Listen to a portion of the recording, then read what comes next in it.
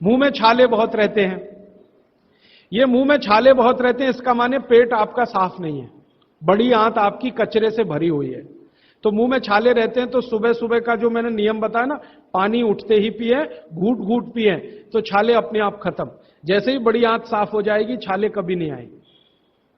और अगर आपको ये करने के बाद भी छाले में आराम नहीं मिल रहा है, तो आपको एक सरल आसान दवा बता देता हूं, जो होम्योपैथी की दुकान में मिलती है, जो बड़ी आंत को सबसे जल्दी से साफ कर देती है। उस दवा का नाम है बोरेक्स। सुहागा, सुहागा आप सब जानते हैं ना, सुहागा आंत को साफ करने वाली सबसे तीव्र दवा है, तीव्र। इसी का डाइल्यूशन करके होम्योपैथी में बनाया बोरेक्स। तो ले लें, किसी भी होम्योपैथी की दुकान से खरीद लें, 30 पोटेंसी में या 200 पोटेंसी में। इसके 3 ही खुराक लेंगे तो जीवन भर के लिए छाले की बीमारी आपकी आएगी नहीं, क्योंकि यह तुरंत बड़ी आंत को साफ करता है। पानी करेगा, धीरे धीरे करेगा। बोरेक्स तो एक ही दिन में काम करता है, लेकिन भागवत जी कहते हैं ये एक ही दिन का चक्कर छोड़ना चाहिए, तुरंत हर चीज का रिजल्ट मिल जाए। वो कहते हैं जीवन में कोई भी चीज फास्ट है ही नहीं, हर चीज स्लो है। अच्छा, अर्थराइटिस के लिए किसी ने पूछा है, अर्थराइटिस के अब जितने भी प्रश्न आएंगे उनका एक ही साथ ये उत्तर है कि अर्थराइटिस की समस्या अगर बहुत गंभीर है और डॉक्टर आपको कोई ये कह रहा है कि जी ऑपरेशन करा लो, तो हाथ जोड़कर कहता हूं ऑपरेशन तो कभी मत कराना, क्योंकि आप जिस स्थिति में हैं उससे भी ज्यादा खराब हो जाएगी। इस हिंदुस्तान के भूतपूर्व प्रधानमंत्री श्री अटल बिहारी वाजपेयी ने दुनिया के सबसे बड़े डॉक्टर से ऑपरेशन कराया था, नहीं कराया? स्पेशल चार्टर्ड प्लेन भेजकर अमेरिका से उस डॉक्टर को बुलाया, डॉक्टर राणावत, और उसने दुनिया के सबसे अच्छे घुटने कप्स लाकर अटल जी को फिट किए हैं। अटल जी को देख लीजिए आप, पहले तो थोड़ा चल लेते थे, अब तो चलना ही बंद हो गया, सिर्फ व्हील चेयर पर ही रहते हैं। और वो खुद कहते हैं कि मैं पहले से ज्यादा तकलीफ में हूं। तो आप मत करिए। फिर आप बोलेंगे जी क्या करें, डॉक्टर बोलता है ऑपरेशन मत कराइए। बोलते हैं चूना खाइए, चूना क्षारीय है, अम्लता को कम करता है, ज्यादा अम्लता बढ़े तो अर्थराइटिस होता है, तो चूना खाइए। खाने का तरीका मैंने बता दिया, दही में, छाछ में, पानी में, जूस में। और एक दिन में अर्थराइटिस के पेशेंट 2 ग्राम खा सकते हैं, स्वस्थ आदमी तो 1 ही ग्राम खाए। चूना खाइए। मेथी दाना लीजिए, क्षारीय है। और सबसे क्षारीय चीज जो है वो है हार सिंगार का पेड़। हार सिंगार देखा है? परिजात हार सिंगार, छोटा सफेद रंग का एक फूल आता है और केसरिया डंडी होती है। सफेद फूल और केसरिया डंडी, बहुत तेज खुशबू है, रात को ही खिलता है। रात रानी भी कुछ लोग कहते हैं, हार सिंगार कहते हैं। ये पेड़ के जो पत्ते हैं वो ब्रह्मांड में सबसे ज्यादा क्षारीय माने जाते हैं, जो भी औषधियां। तो इसके पत्ते कहीं भी मिल जाएं, 4-5 पत्ते पीसिए, पीसकर पानी में डालिए, खूब उबालिए। पानी इतना उबालिए कि थोड़ा कम हो जाए, आधा रह जाए, फिर ठंडा कर लीजिए। फिर वही पानी चाय की तरह से चुस्कियां ले लेकर सवेरे खाली पेट पीजिए। मैंने ये देखा है, गंभीर से गंभीर अर्थराइटिस पेशेंट को हफ्ते 10 दिन में ही रिलीफ कर देता है। तो ये कहीं भी मिल जाए। नहीं मिले तो हार सिंगार का पौधा गुड़वांचरी में है, तो आप थोड़े पौधे बंटवा दीजिए, सब अपने घर में लगा लें, गमले में हो जाता है, आसान है। और कुछ खाली स्पेस है तो जरूर, क्यों, ये हर घर में रहे पेड़। कारण क्या है कि आज अर्थराइटिस ही सबसे ज्यादा तकलीफ दे रहा है लोगों को। सुगंधी तो आएगी, नींद अच्छी देगा। जहां आपका बेडरूम है उसके पीछे जरूर लगा लीजिए, और उसका पत्ता आपको अर्थराइटिस से मुक्ति देगा। और दोनों तरह की अर्थराइटिस, रूमेटिड और ऑस्टियो, दोनों ही खत्म होती है इस हार सिंगार के पत्ते। फिर मैंने एक और एक्सपेरिमेंट किया। मेरे पास कुछ छोटे बच्चे हैं जिनको चश्मे हैं आंखों पर। अब उनके माँ बाप बहुत परेशान है कि ये चश्मा कैसे उतरे, मोटे मोटे चश्मे हैं छोटे बच्चों। तो मैंने उनको भी सिखा दिया, देखो सवेरे सवेरे सोकर उठो और मुंह का थूक आंख में लगाओ काजल की तरह से। तो बच्चों ने चालू कर दिया। बच्चे बहुत भोले होते हैं, सीधे होते हैं, कोई भी बात अगर समझ में आए तो करते। अब आपको हैरानी होगी कि चश्मे उतर गए सिर्फ ये लार लगाने से। आप भी करके देख लीजिए जिनको भी चश्मे। बस अंतर इतना है कि बच्चों को जल्दी उतरे, आपको थोड़ा देर में उतरेंगे लेकिन उतर जाएंगे। उम्र ज्यादा बढ़ेगी तो थोड़ा दिन करना पड़ेगा, कम उम्र में बहुत जल्दी उतर जाए। आंखों की रोशनी बढ़ानी है तो मुंह की लार सुबह सुबह की आंखों में लगाइए काजल की तरह से। और एक बताता हूं, एक बीमारी आती है जिसको हम कहते हैं कंजक्टिवाइटिस, आंखों की बीमारी है। अक्सर उसमें आंखें लाल हो जाती हैं, आंखों में बहुत जलन होती है, जैसे खून उतर आया हो आंखों में, वो कंडीशन हो जाती है। कोई भी आयुर्वेद की दवा आप खाएंगे 3 से 4 दिन में ही बीमारी ठीक होती है। लेकिन अब की बार अगर ये बीमारी आए तो आप ये करना, सुबह सुबह उठते ही मुंह की लार लगाना, 24 घंटे के बाद आपको पता ही नहीं चलेगा बीमारी कहां गई। 24 घंटे में ही ठीक होते हैं कंजक्टिवाइटिस। अगर बच्चों में बचपन से आंखों के ऐसे कोई रोग हैं, जैसे मेरे पास एक छोटा बच्चा है 8 साल का है, उसका मैं ट्रीटमेंट कर रहा हूं, उसकी आंखें टेढ़ी हैं, वो देखता कहीं है और दिखता कहीं है, उसको ऐसा है। अब उसके माता पिता गरीब हैं और वो ऑपरेशन का खर्चा नहीं उठा सकते। उस बच्चे पर मैं यही एक्सपेरिमेंट कर रहा हूं। लगभग मुझे 4 साढ़े 4 महीना हो गया है और उसका टेढ़ापन, जिसको हम लोग हिंदी में कहते हैं भेंगापन, उसका भेंगापन लगातार कम हो रहा है और आंखों की पुतलियां बिल्कुल बीच में सेट हो रही। तब मुझे थोड़ी जिज्ञासा हुई और मैंने एक बहुत बड़े वैज्ञानिक को पूछा दिल्ली में कि ये लार में क्या है, एक्चुअली इसका एक्टिव इंग्रेडिएंट क्या है। तो उन्होंने कहा भैया जितने एक्टिव इंग्रेडिएंट मिट्टी में है वो सब लार में है। तो मैंने आपको बताया मिट्टी में 18 एक्टिव इंग्रेडिएंट्स हैं, लार में वो सब के सब हैं। इसलिए लार शरीर के लिए बहुत ही कीमती है, बेशकीमती है, इसको कभी नष्ट नहीं करना। इसकी मदद से आप बहुत सारे रोग ठीक करते हैं। और 2-4 बातें बता दूं क्या क्या रोग और ठीक कर सकते हैं। आपके शरीर में कोई दाग हो गया, धब्बा हो गया, जैसे जल गए, जलने का दाग होता है ना, उस पर नियमित रूप से सवेरे की लार की थोड़ी थोड़ी मालिश करते रहिए। 6-8 महीने में धब्बा बिल्कुल साफ हो जाए, जले हुए का धब्बा। शरीर में और कोई ऐसा अंग में सफेद दाग दिख रहा है या काला दाग हो गया या फलाना हो गया या ढिमाका हो गया, एक्जिमा हो गया, मान लो खराब बीमारी की बात करूं, एक्जिमा हो गया, एक्जिमा पे रोज सुबह की लार लगाइए, मालिश करते रहिए, 6-8 महीने के बाद देखिएगा साफ। और एक्जिमा से भी ज्यादा खराब बीमारी है सोराइसिस, वो भी ठीक होती है इसी लार से। बस इतना है कि साल भर करना पड़े। मुफ्त का इलाज है, फोकट का इलाज। भागवत जी ने जितने भी इलाज बताए हैं सब फोकट के और मुफ्त के, बाहर जाने की जरूरत ही नहीं है। तो आप स्किन डिसीज में इसका एक्सपेरिमेंट करिए, आंखों की बीमारियों में इसका एक्सपेरिमेंट करिए, घाव हो जाए कहीं शरीर में उस पर एक्सपेरिमेंट करिए, फोड़े फिंसियों पर इसका एक्सपेरिमेंट करिए। मैंने ये चारों एक्सपेरिमेंट किए, बहुत अच्छे रिजल्ट हैं, आप भी करिए, रिजल्ट आपको भी मिलेंगे। बस इतना ही है कि आप दूसरों को भी बताते जाइए। तो आपने अपना दुख तो कम कर लिया, आप दूसरों का भी कम कराइए ना, तभी मोक्ष जाएंगे। आंखों की बीमारी है हमारे घरों में, जैसे चश्मा चढ़ गया है, दिखाई कम देता है, आंख में मोतियाबिंद आ गया है, कैटरेक्ट हो गया है, मायोपिया है, रेटिनल डिटैचमेंट है, ये सब बीमारियों की बहुत अच्छी दवा अपने पास है। देशी गाय का मूत्र आंख में डालो, गाय का मूत्र ले लो, देशी गाय का, बोतल में भर के रखो, 1-1 बूंद उसको आंख में डालो। सुबह डालो तो बहुत अच्छा है, नहीं तो शाम को सोते समय। देशी गाय का मूत्र जैसे ही आप डालेंगे आपकी आंखों से चश्मा उतर जाएगा। देशी गाय का मूत्र डालेंगे, मोतियाबिंद अपने आप गल जाएगा बिना ऑपरेशन। देशी गाय का मूत्र डालेंगे, रेटिना आपका एकदम दुरुस्त हो जाएगा, रेटिना पे कोई भी तकलीफ हो वो मूत्र से ठीक हो जाएगा।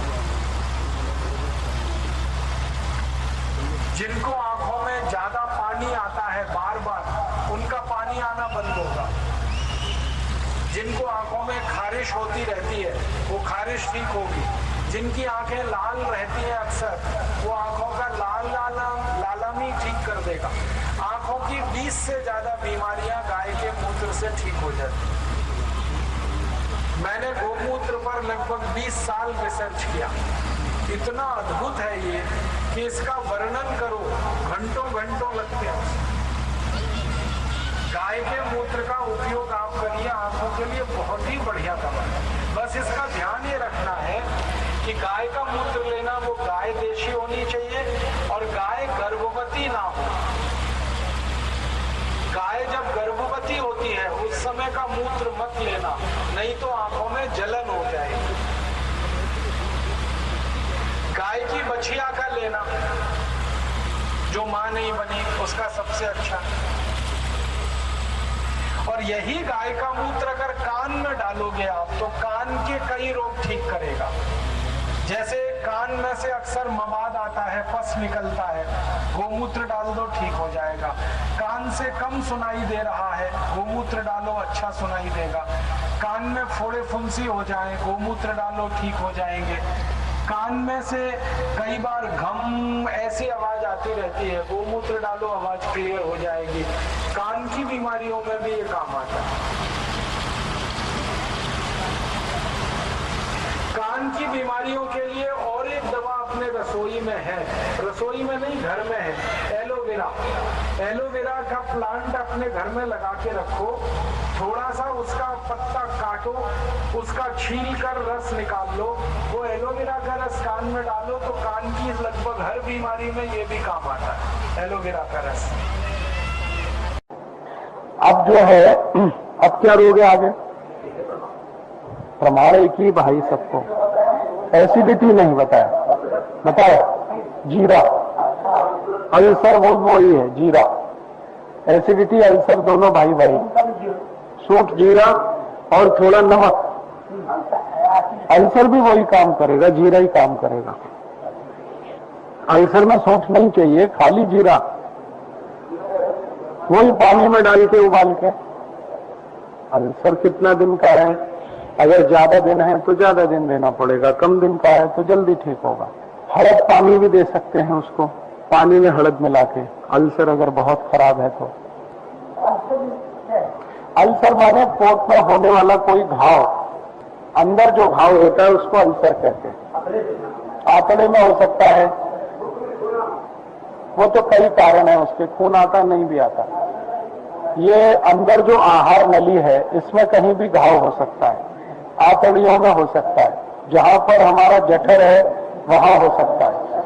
कहीं भी अंदर घाव हो गया उसको अल्सर कह देते हैं। आ भी सकता है खून, नहीं भी आ सकता, जरूरी नहीं है। अपेंडिसाइटिस, अपेंडिसाइटिस माने अंतड़ियों के नजदीक की दो नसें एक दूसरे के ऊपर चढ़ना या उनका फूल जाना, तो दर्द होता है। वो करते हैं, आप नेक्स्ट होने का दे दो जो पहले मैंने बताया हुआ है। अपेंडिक्स छोटा नाम है, पूरा नाम है अपेंडिसाइटिस, नक्सवामी का।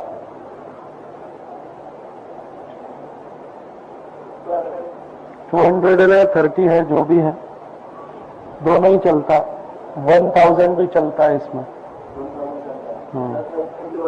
हाँ, और कभी भी नक्सवामी का दिया ना तो 2-3 केस को छोड़कर रोज नहीं दे सकते। जैसे मैंने बोला काविड़ में उसको रोज दे सकते हैं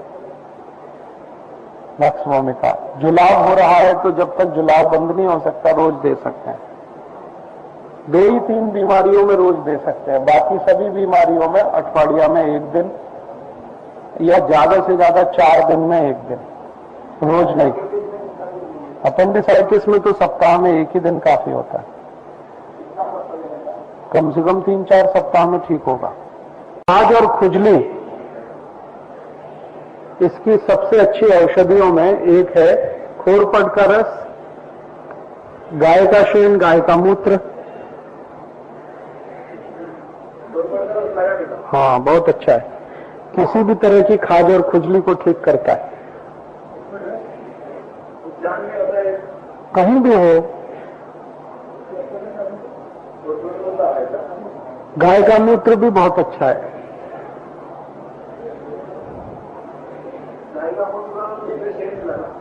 थोड़ा शेन मिला के लगाए तो अच्छा, नहीं तो खाली मूत्र की मालिश भी कर सकते हैं। होम्योपैथी औषध जो मैंने सल्फर लिखा था वही है, 2 नंबर पे जो औषध लिखी थी शुरू में, सल्फर 200, वो खुजली की सबसे अच्छी औषध है। और सिर्फ खुजली की नहीं है, सभी चर्म रोगों की औषध है वो। SULPHUR, सब ये सप्ताह में एक ही दिन देना 200, क्योंकि ये बहुत स्ट्रांग है। सप्ताह में एक दिन 3 बार, सकाळी, दुपारी, संध्याकाळी।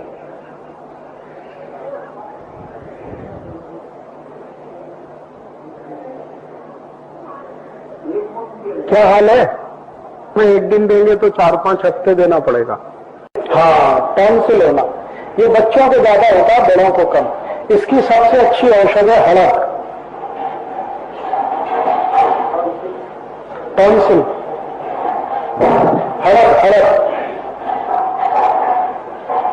हड़क लेने का कैसे? अगर ताजा हड़क है तो पीस के उसका रस निकालना और वो 1 चम्मच रस सीधे पिलाना। और अगर हड़क सूखी है तो 1 चम्मच छोटी हड़क का छोटा चम्मच गले में डालना, अंदर करके, जीभ पर नहीं, गले में डाल, सीधे डाल। और इसको फिर कुछ करना नहीं, वो अपने आप नीचे जाएगा, देर लगेगी लेकिन जाएगा। और अगर